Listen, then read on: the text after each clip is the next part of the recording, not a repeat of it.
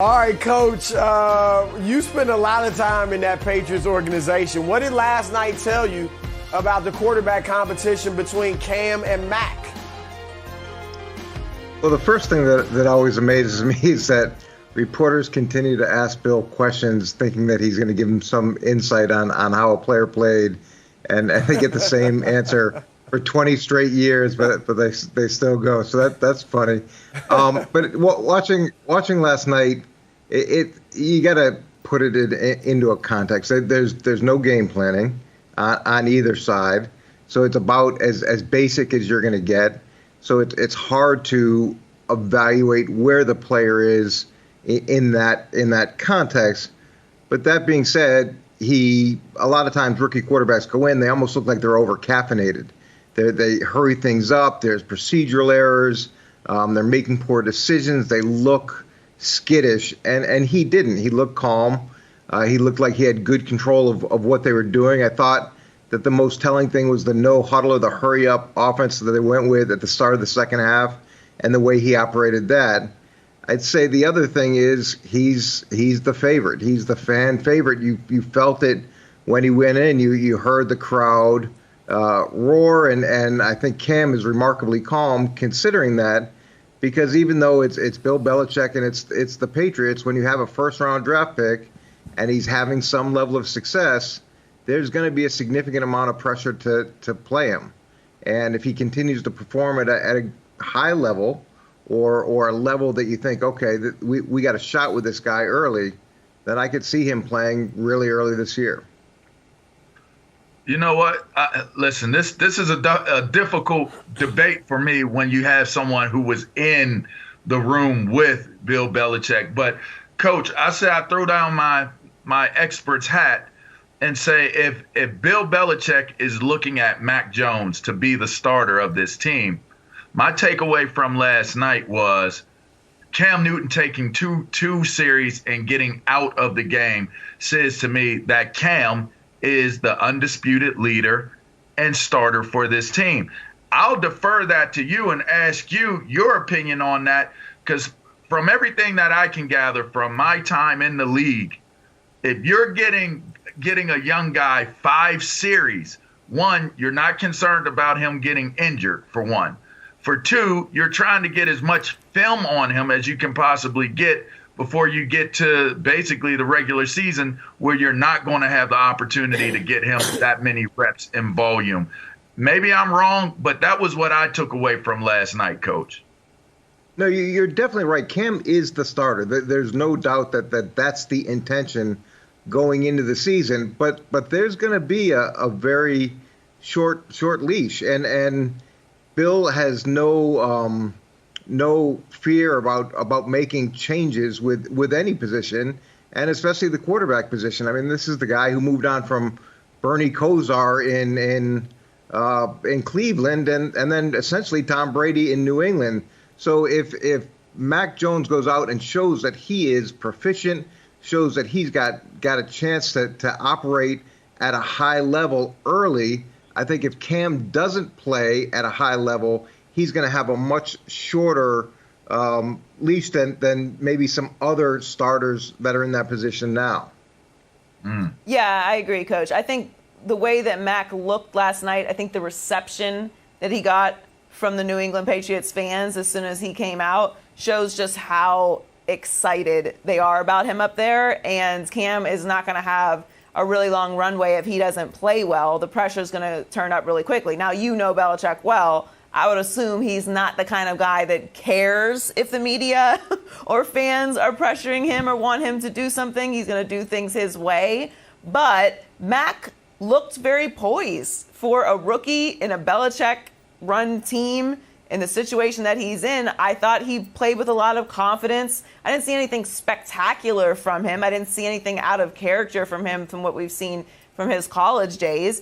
I did like how he stayed in the pocket and didn't panic, where everyone's talking about the one, over-the-top pass to the end zone that was dropped. But I thought overall he looked better than I thought he was going to look.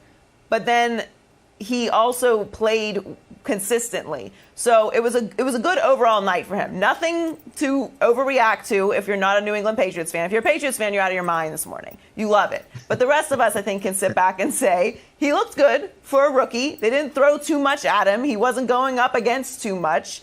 And he handled himself well. So overall, it was a positive night for him. And I think as time goes on, the pressure will increase on Cam Newton, and the pressure will be there for him to play well, or people are going to start calling for Mac Jones if he continues to play the way that he is. Yeah, what I took from last night was that Mac Jones has a shot. I mean, Cam Newton clearly is the starter right now. I think the intention was and is for him to start game one.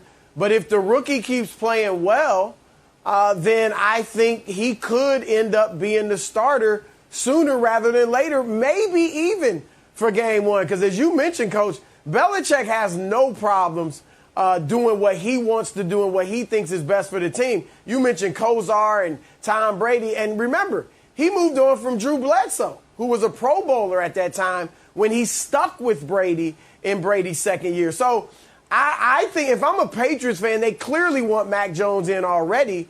But if I'm a Pats fan and I see Mac Jones starting from day one or game one, I am very overjoyed because I know he earned it. Belichick didn't give it to him because he's a first-round draft pick. Belichick didn't give it to him because the fans were cheering for him and the pressure was on. He gave it to him because he earned it. And look, like you said, what can you take from last night's game? There's no game planning. Cam only played 2 series. Mac, most of his time was against second and third unit players from Washington. But all that said, he did look good and he completed 11 straight passes, as I said earlier. And the hurry up, he was 8 for 9. He had, as Joy mentioned, it was the best throw of the night. That should have been caught. I mean, it would have been a really nice catch, but should have been caught. That really would have set Gillette Stadium on fire. And so he also, and you know, take what you will from this, but we saw Cam have trouble throwing the football last year. Some want to blame it on COVID or whatever, but he had trouble throwing the football. And last night, in his very little duty, Cam average yard per pass was 0.3 yards. And the 2 big passes he had were screens that the guys turned into big plays. Whereas at least with Mac Jones, he threw it downfield a little more, 7 yards per pass attempt. So I want to watch this as the preseason unfolds because I think, Coach, that Mac Jones has a shot to play early, if not game one. It is amazing how much was made out of an incompletion, but that's the preseason.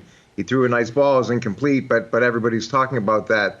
I'd say when you're looking at this evaluation, I do believe that Bill really likes Cam. I'm impressed with the way that Cam has handled himself, his approach. I think he's done a great job. Now, that being said, he's been in the system for a year. He's a veteran quarterback. His progress in the system should be substantial. So when you're looking at it in terms of how much progress each guy is making and what that growth curve is like, that could make you lean into a rookie as well. Cam should be making huge jumps, and if that's not happening, and if he's playing early and it's not happening, and Mac Jones is making significant jumps each week, then you say, okay, let's go ahead and put the rookie in, live with a few bumps and bruises, knowing that his growth rate is substantially higher at this point than maybe Cam's is. I just got to throw this one out there because we're throwing out historical deals with Bill Belichick. And I want this one for you, Coach. I made the point the other day that Mac Jones is fighting against something that Bill Belichick just does not do. In the history of him coaching at New England, he's only started Jimmy Garoppolo as a rookie, and that was only for 2 games, and that was out of a necessity because he had no one else. To me, I say to myself, if Mac Jones ends up starting for the New England Patriots, that's not only an indictment on Cam Newton and his ability to be able to play quarterback as a starter in this league, but it also may call into question. You got to start asking yourself, is Bill Belichick feeling the pressure of not having Tom Brady anymore? To me, that's what this says if somebody breaks the course of what their habits have been for the entire time that they've been in New England. Well, a couple things, LaVar. He is willing to break trends. I remember, I think it was like 2015 when he switched from a 34 to a 4-3, and he'd been running the 34 for, I think it was 25 years, something like that. So he was willing to make a shift there. He drafted a receiver in the first round. He'd only done that once back in Cleveland, but never with the Patriots. So he broke that trend a year or two ago. So he's willing to break trends if it makes sense, and I respect that about him a lot. I don't know if the pressure is going to be as strong on him as it would be for other coaches because of what he's done. But you're right, that pressure is real. When you go out and spend, what is it, $150 million, you revamp the offense. The guy that you said couldn't do it anymore essentially goes and wins a Super Bowl somewhere else. Your legacy is starting to be debated differently because of what Tom did in Tampa Bay.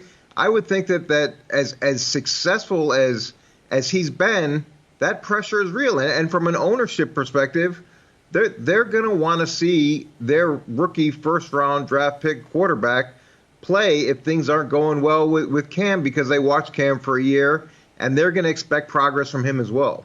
Thanks for watching. Subscribe here to get the latest from the show. Also, be sure to check out more of the best clips from First Things First, or go watch a few segments from our other shows on FS1.